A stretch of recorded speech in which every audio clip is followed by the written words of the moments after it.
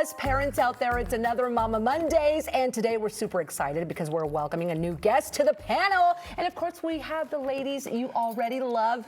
Yes, Sarah Lenti is back. Of course, Diane Miles is here. And please welcome Grace Markley. She is kind of a PR hot woman, you know? She does the whole marketing thing. Grace, it's good to see you, and welcome to Mama Mondays. Thanks for having me. I'm delighted to be here. Well, we were recently skiing at Winter Park, and Grace had so much to say as a mama that I was like, oh my gosh, I've never thought of this. So I thought you would mix in perfectly and beautifully, especially with Sarah and Diane. I'll do my best. Yes, okay, so how's everybody doing? Good. How's life? Fine. How are the kids, Sarah? Okay, I think we've normalized, we've stabilized, we're okay. That's good to hear. And everything good with you? And life is good, yeah. Life is good. Planning a 40th birthday party and a 21st. What, you're fixing to go to turn 40. I'm turning 40. My baby girl is turning 21, and so 21 days after I turn 40, so planning that. So oh, good times. Yeah. And Grace, I know life with you is fabulous too, because you've got the older kids as well. I do. I have a daughter getting ready to graduate from high school, so I'm getting kind of emotional about my last one leaving the house. Yeah, okay, so your son is older. Yeah. He's already gone. He's gone, third-year university student. Yay! Yeah. And so now your baby girl My baby is girl. leaving. Okay. She's flying the coop. Well, you brought up a topic that I was like, oh my gosh, I think about this very often. Time really does fly when you live it through your kids, right? It's watching them grow. Is the more they grow, the more time has gone by. But you brought up that point the other day saying, I wish I could go back and talk to myself and tell myself a few things. So we're going to start with that, ladies. So I'm going to let you go with that, Grace. Okay, well, yeah, that conversation we had on the ski lift has resonated with me and stayed with me, and I was thinking about what I would tell my younger self. And having lost a parent recently, I've been thinking about my parents a lot. Okay. And then I was thinking about how tough I was on them when I was younger and not really appreciating them. So what I would love to tell my younger self, and now having kids myself and how they sometimes treat me, I was just wishing that I could have told myself to give my parents a little bit of grace. Okay. You know, and just recognize them as the humans they were, that they are, instead of just my parents. Like, they are actually humans in totality. They have emotions, they make mistakes. You know, their role in life is not just to take care of me when I was a child. You know, they were going through a lot of things themselves. Yeah, that we probably didn't even realize. We didn't. In that time. Yeah. And if I could have just taken it a little bit easier on my parents and given them some grace. So that's where I was thinking about. I could go for hours with that one. Now, you have two beautiful kids. And let me just say that my Ava is crushing on your son. Oh. Yeah.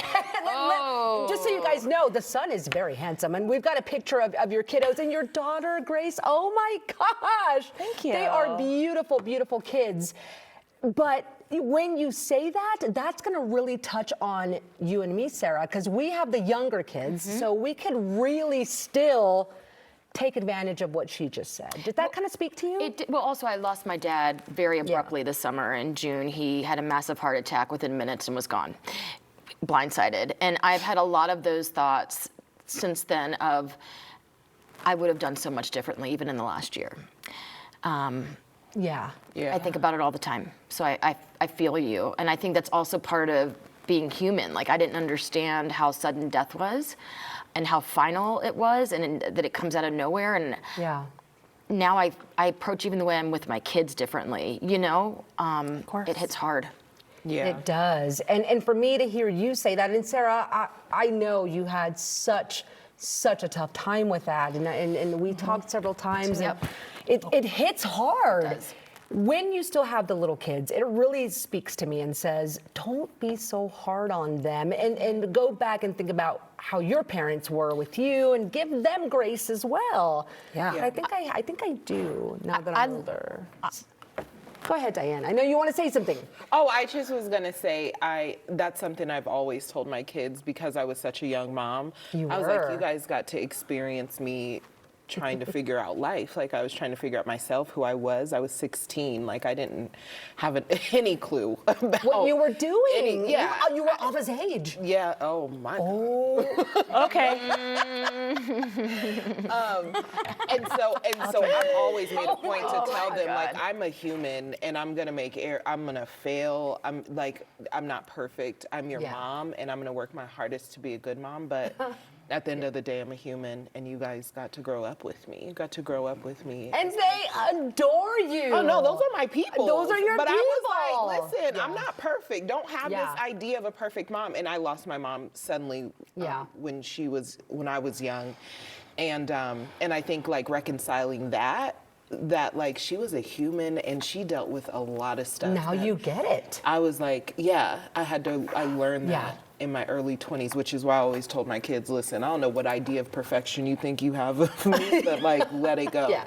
I'm a Let it human. go. Yeah. Don't put me on a weird pedestal that I'm gonna have to fall off of. Well, and maybe I went the wrong way with this, but I really wanted to celebrate who we were before we became moms, and kind of go in that direction. Like, who were you in your younger self? Well, I was gonna. You just said give your parents grace, and when I was thinking about this for the last couple days, what would I have told my 20-something self? I struggled a lot in my 20s, Okay. and I was very worried about who liked me, why I wasn't dating, why these popular girls didn't. I was always worried, and I was a perfectionist, and I wish I had just given myself some grace.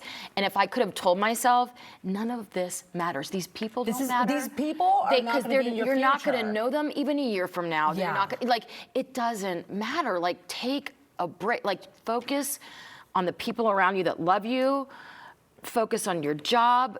Don't gossip. Just stay and just realize do that you. people, and that people are fleeting. I don't mean that I mean, the people that love you, be close to them, but none of these other things matter. And we do have a picture of you, by the way, of younger Sarah.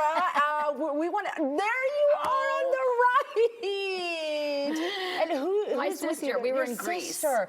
You know, Beautiful girls. We yeah. were in Greece, and I should have not cared about all the other, What was troubling you in that time? everything. My confidence. I thought I struggled with everything. That's such a good message, Sarah. Now, Diane, you had your younger days too. I mean, Yeah. you're still young, but you should see Diane in her younger days. Ooh. Let's see if we could get a picture of that.